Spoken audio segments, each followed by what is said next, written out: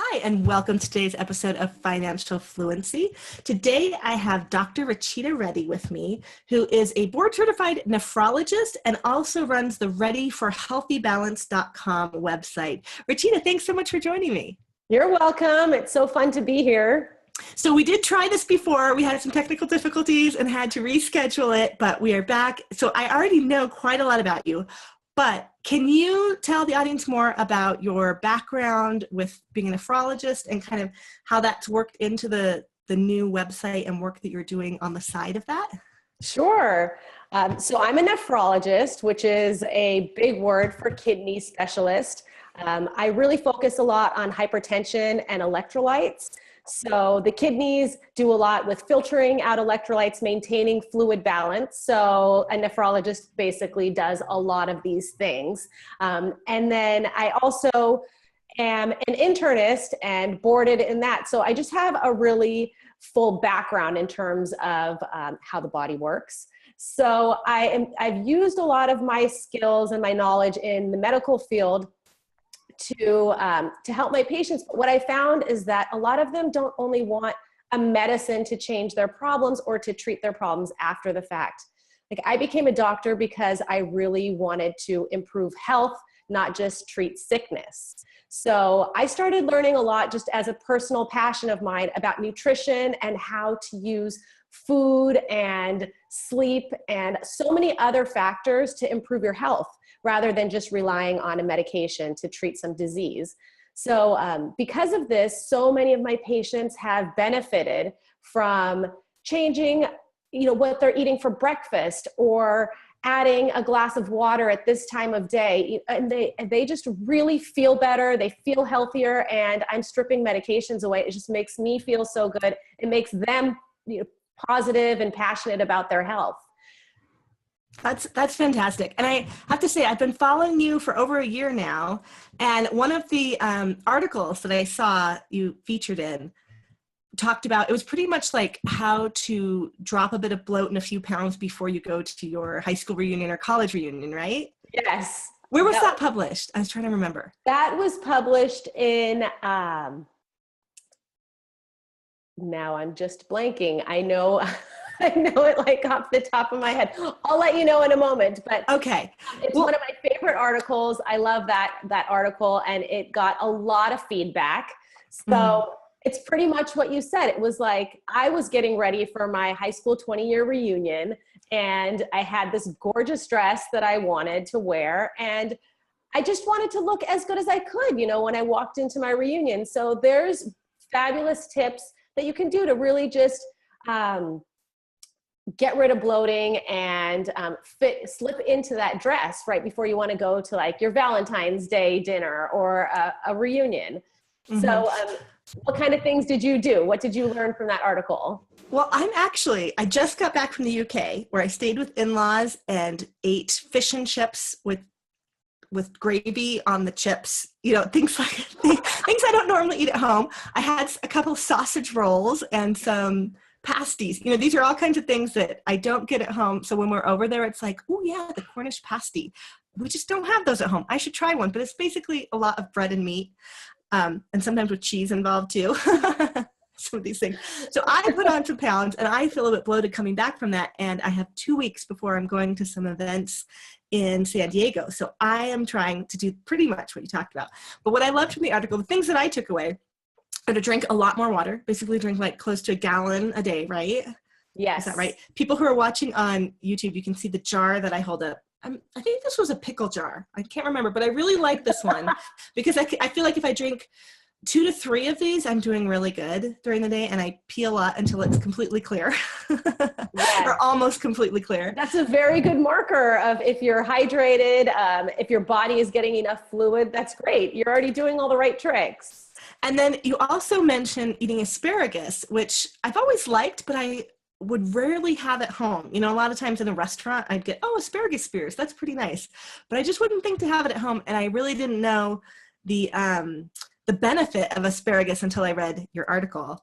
So my family's eating a lot more asparagus these days. Oh, this is so fabulous. Asparagus is such a low-calorie powerhouse vegetable. is a natural diuretic. So if your body's holding on to water weight, if you're bloated, if you've had a lot of salty food recently and you eat asparagus, it just forces your body to get rid of it and to really just de-bloat. And so you can tell that within a few hours that you're actually releasing a lot more fluid than you normally would if you weren't eating it. So, and you can smell it when you pee. Yeah, it's always very good because you know it's working. You're like, okay, it's already coming out of my system. So this is fabulous. It's a very easy vegetable to track. It's not too many shows where I talk about my urination habits, but this will be one since you're a nephrologist. Yes, that's like all I talk about all day long with my patients. Like we talk about their urine, we talk about what they're drinking, if they're getting up multiple times at night to pee. So it's definitely a household topic over here in my house as well.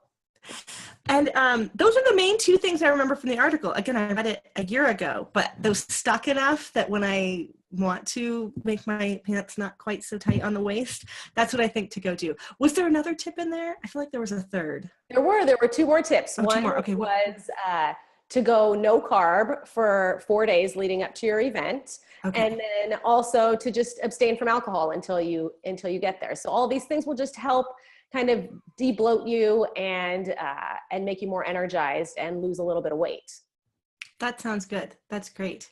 You know, because this is a financially focused show and we talk to women who work mainly outside of the 9 to 5, the other thing I wanted to talk to you about on this was your side business, because it's pretty rare that a doctor has a side business, for one, because, I mean, being a doctor, you're busy. I know you're also a mom as well. And you've started this side business. And I feel like there are a lot of people who do health coaching, but how often do any of us actually get to talk to a doctor in a health coaching capacity? You know, read articles, find things, because usually doctors don't take the time to do that. So I would love to talk to you about how you fit that into your schedule, for one thing. Also, you know, what effect does it have on your own finances? And just like, how did you do it? Yes. Okay. Well, let's see. So a lot of the things that I'm doing as my side business are things that I talk about every day with my patients, having these conversations over and over again with my patients, and they're making changes and they're seeing results. The only thing is that most of my patients are sick with so many other medical problems, because by the time they have kidney disease, they've had diabetes or high blood pressure, or they've been overweight for over a decade. And so even if they implement the changes, there's still permanent damage that's left. And I wanted to reach people before they have kidney problems so that they can just improve their health and be happy with the changes and not be limited with the permanent damage that they've already created. So wow. I have these conversations with my patients, and interestingly enough, so much of my staff started asking me, like, how can I do this to lose weight? Or what should I be doing to get off my blood pressure pills? And I just started telling them things. And as they started making these changes, they were amazed at how simple a lot of the things were to do. They just had never heard exactly the steps to take. So I started writing articles for my office. They were published, and a lot of patients started coming to me that were not my patients, came up to me in our building and said, hey, I want to hear more about this. So I thought, why not put it online and, you know, give this information to probably so many people that are needing it. So, so it's not taking up too much extra of my time, because these are things that I say, and actually it makes it so much simpler now when I'm telling something to my patient. I say, here's an article that I wrote about it. And that way they can take it home, they can look at it, they don't forget some of the things that we talked about, and then they can implement it a lot easier.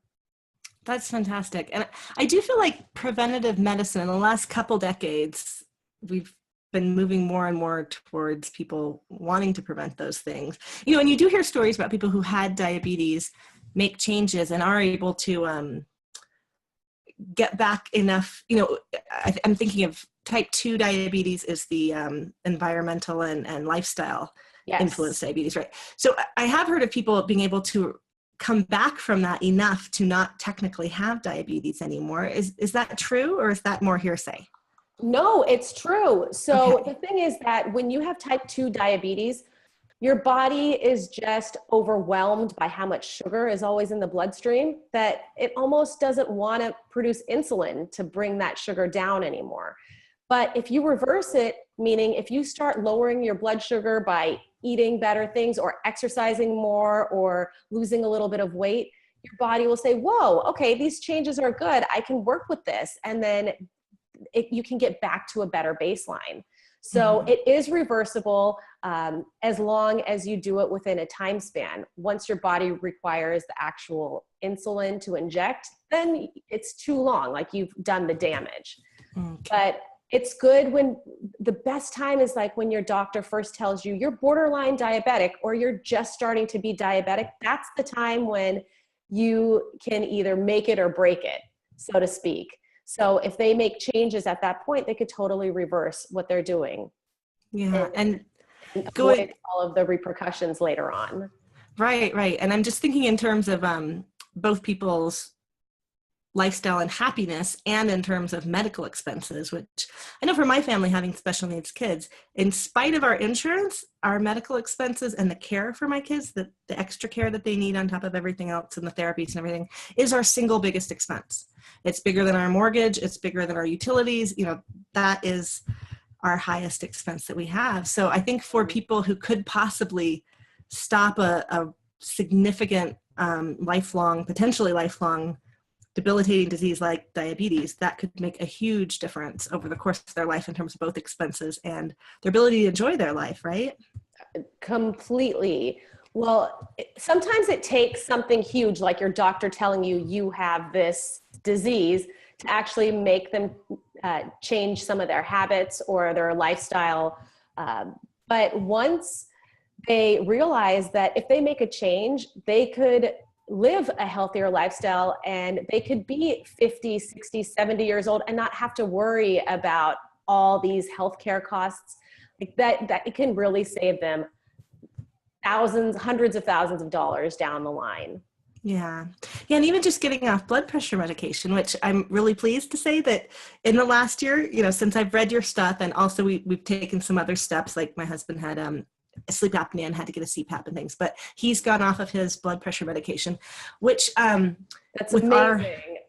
It's been really exciting for us because both of us are not huge fans of big pharma. I mean, we feel like when you need to take medications of different kind, obviously you should, but if you can change your lifestyle to not have to buy pills to do it, you're not supporting big pharma for one thing, and hopefully doing it through your lifestyle rather than pills, that always seems preferable when yes, you think. Of course. And it's expensive too, because we have these deductible, the way our insurance policy works right now, who knows how it will be working a month or two from now, because we are on ACA as self-employed people. But we do have expenses we pay for our pills up until our deductibles met. So it's that's kind of a big part of our medical expenses, is paying the pills towards the deductible until usually by the end of the year we're covered, because we hit our deductible pretty much every year. But yes. So you already know, like, you have that expense every year, because that's something that you can't change. Mm-hmm. Except now he got off the blood pressure med, so that's made a difference. That's one less expense that we have every month now. That's amazing. Yeah. So, and in terms of the side business, so you've been writing articles. Are you considering doing something like a course or anything? Is that possible alongside your doctoring and internist tasks that you do, or?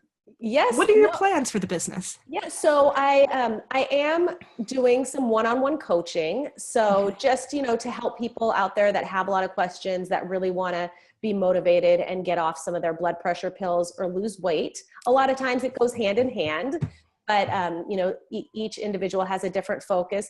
But also I am coming up with a course right now on the importance of water and how to use it for your benefit, because everybody hears you should be drinking water, and the main thing that I hear is I'm not thirsty, or I forget about it until the end of the day, and then I don't want to drink it because I'm going to be up all night.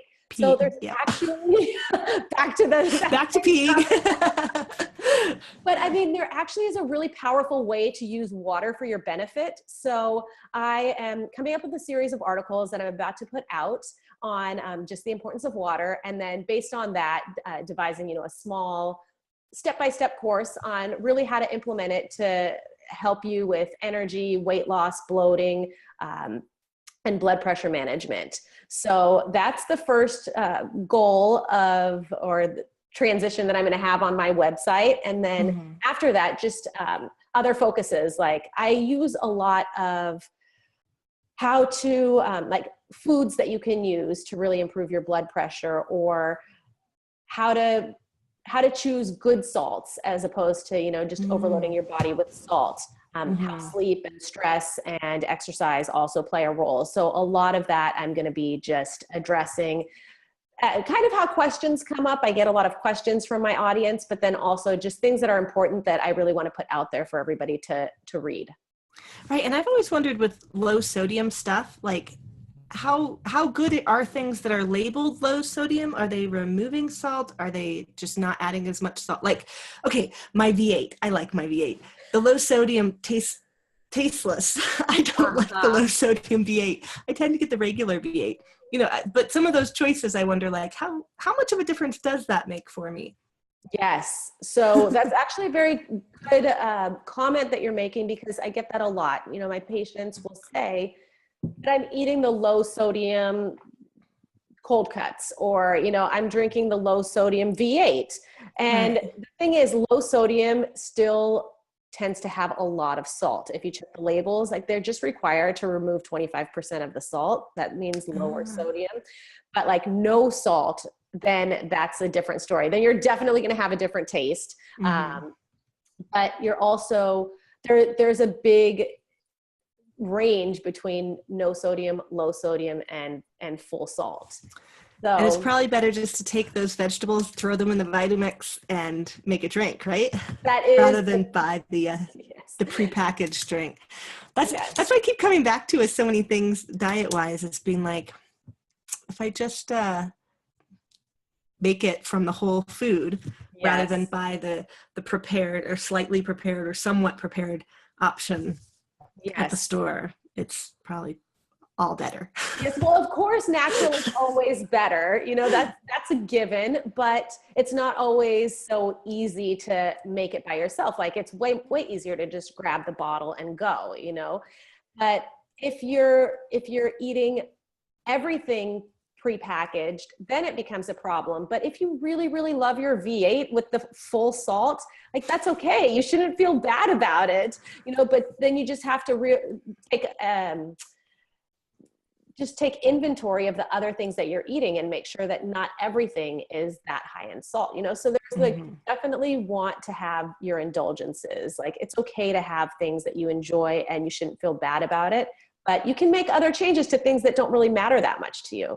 Like a lot of people will have canned corn and they just open up the can and they eat it. But instead, getting frozen corn is almost the same flavor and the same convenience of, having it at your fingertips, but it's no salt. So, there's small changes that you can make to really just improve your salt balance. See, I hadn't even thought of the salt involved in a canned vegetable versus a frozen vegetable, but that does make sense. And this morning, my husband, we were looking at the cereals in our cupboard because, my oldest daughter can't have wheat or dairy or peanuts or tree nuts or fish or shellfish.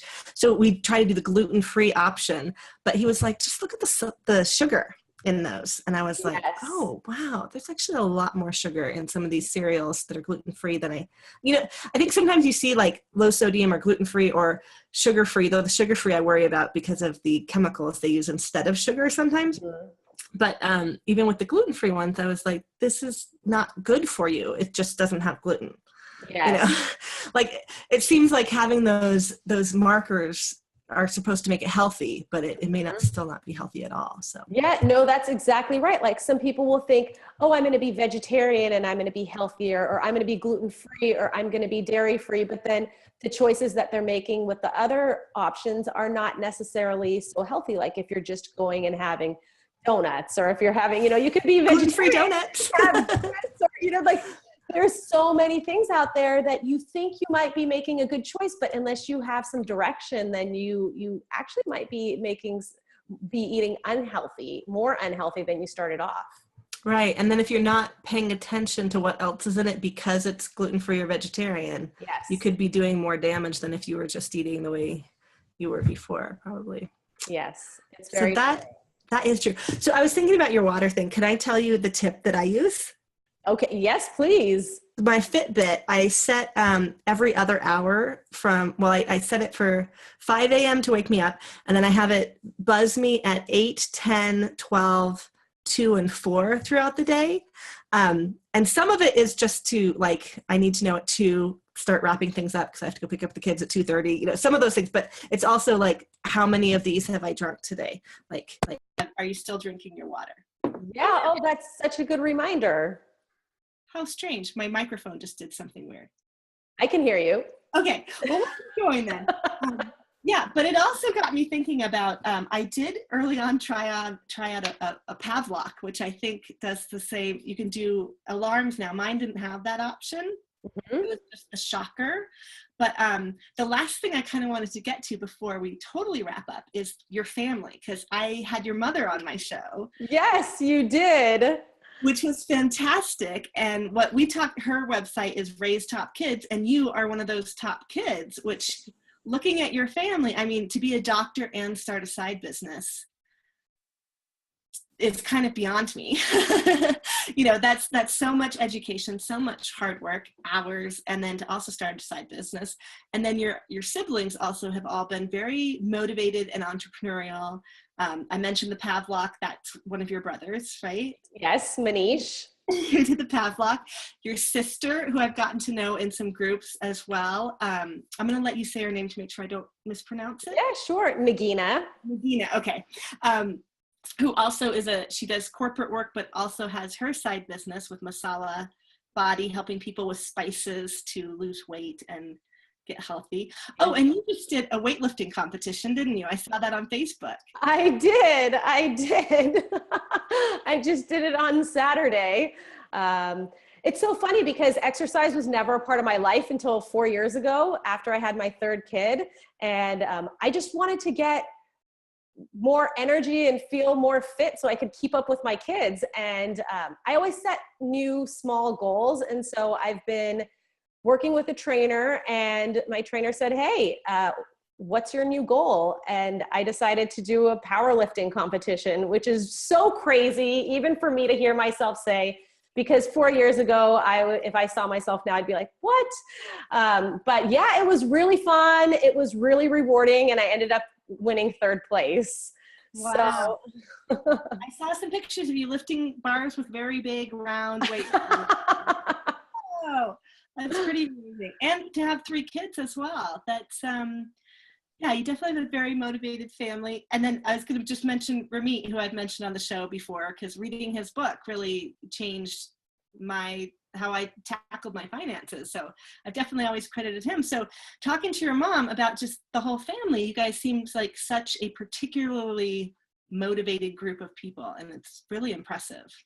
yeah, well, thank you. A lot of it really stems from my parents. I mean, they just were always hands-on with us. And they also always told us, like, spice up your project a little bit, like take an extra step, go the extra mile to do anything. If you had a project at school, they'd say, well, write a paragraph about it and then go and present it in front of the classroom. Or if you make something at home, why don't you just write to the newspaper and tell them that you did it? The worst they can say is nothing, but we ended up having camera crews come to our house growing up. We just had like all these different opportunities because our parents pushed us, and it's just become a lifestyle for us. We just kind of like to go and do the extra mile, which which makes it exciting, instead of just going to work and coming home and making your dinner and then doing the same thing every day. We try to add something extra to our days, So for me, this website, it's exciting for me to get feedback from people that are reading my comments, and now I know, like, they're making changes that are helping them. It's very satisfying. It's very exciting. And I love it. Well, it seems amazing to be able to catch people before, like you were saying, they get kidney disease. You're basically like losing clients as a doctor by coaching them. Yes. Great for them. It means that they'll be healthier all their lives rather than having that slide into needing your medical services. Yes. Well, I mean, it's just like a car. You want to go for your tune-ups before your car actually breaks down, because once it breaks down, it's like a much bigger problem, and it ends up costing way more than had you just gone and, got it checked out.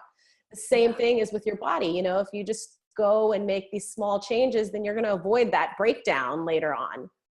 Yeah. I love that idea of just doing a little extra with everything too. It's making me think of, maybe I should do a little more exercise today, because much exercise lately. But yeah, well, thank you so much for sharing all of that with us. I think it's really fantastic. I'm a big fan. Oh, thank you. And I just wanted to say that website that my article was published on, that was The Root Life. Okay. Okay. We'll put a link to that in there. Yes, definitely. Look up afterwards or something and find it. Because I thought that was a great article. I definitely immediately caught my attention, and I immediately went and tried it and thought, oh, okay. And actually, what? I do know this, not only do I know I'm doing good by how much I pee when I drink a lot of water, I also feel like it helps my skin. Because I live here in Arizona, and I don't know if you can actually see, but Yes. I really struggle with dry skin. And there are times of the year, in the winter particularly, it's healing up now, but I get cracks sometimes on my knuckles and my fingers where I bend a lot, because it's so cold, and we have days that are zero humidity, like no moisture in the air at all, and it'll be freezing. And so I always try to drink extra, but I can really tell by my skin on my hands when I'm dehydrated. So I feel like drinking the extra water helps me cosmetically as well. Yes. There's so many benefits of water. And I think you just highlighted so many of them. Well, thank you so much for joining me here. We'll make sure to put links to your website and to the articles that we talked about. And I'll link back to your mom's podcast too, if people want to hear more about you growing up, because she didn't spill too much dirt on you guys, but she did say that you guys were like breaking rules. I had to ask her. I was like, so what did they do? It was mainly dating, was what she did. But I had so much fun talking to her too. I think your family's just amazing, and I'm sure that you're passing a lot of these things on to your own children too, I imagine. Yes, well, they're really into exercise, and they like doing projects, and whenever we go on a trip, they come home and they write a little book about it, and then they go and they share it with their class. So it is like some of the similar things that my mom and dad had us do. It's really fun to watch them. That's great. And I'm sure it'll be amazing long-term for them to have those, those extra motivation just kind of built into their lives. Yes. Well, thank you. This has been super fun. We had no technical problems, and it's been really, really wonderful speaking with you. I hope not. It told me something changed about my microphone there at the end, so I'm hoping we're still good. But yeah, so thank you so much for joining us, and we'll send people your way as much as we can. Thank you. Bye. Bye.